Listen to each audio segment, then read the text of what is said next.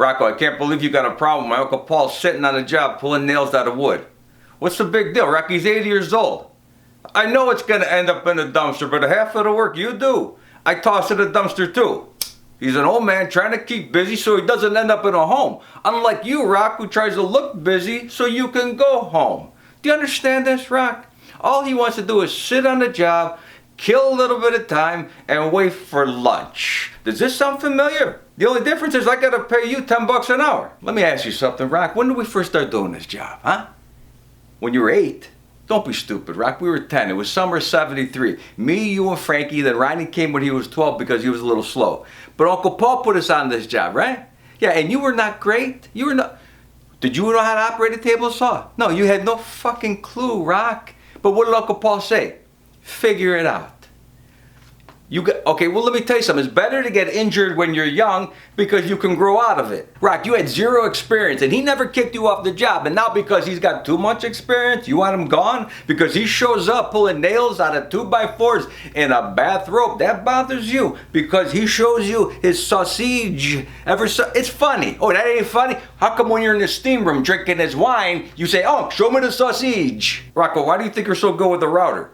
Because my uncle let you practice on $50 sheets of Formica and lost money on every job until you learned the skill. And you got a problem because he wants you to kiss his pinky ring, huh? Well, have a couple of 7 and 7s beforehand, Rock, because that seems to loosen your lips enough so you'll kiss just about anything. Don't give me that shit, Rock, because I've seen it. The only thing you're bringing home to meet your mother is herpes. How about when you found out that Uncle Paul was getting a new Mark 7? Who was kissing his ass, his pinky ring, his fucking feet, anything to get his old Mark 5, huh? That's not the point, Rock. I don't care if it only had 8,000 miles on it. You're not hearing me. You were willing to do whatever suited you at that time to get that deal. And then you had the balls to go sell it to Ronny and make 2 G's off of him. You don't think Tony Cimarone Lincoln Mercury was upset because you took a deal out of their hands? But still, you don't want him on the job because he busts your balls too much, because he says shit about your nose and calls you the bull. Well, your fucking nose looks like it's been bored out by a 2-inch hole saw from all your cocoa puffing. What can I say to you, Rock? It's true. Look at your fucking nose. I'm afraid to stand next to you because you suck all the fucking air out of the room with those things. You think I want to suffocate every time you breathe in through those intake valves? Maybe you better slow down on the nose candy just a little bit. I don't want to see you pull a Lenny Bias on the job, Rock. You understand that shit?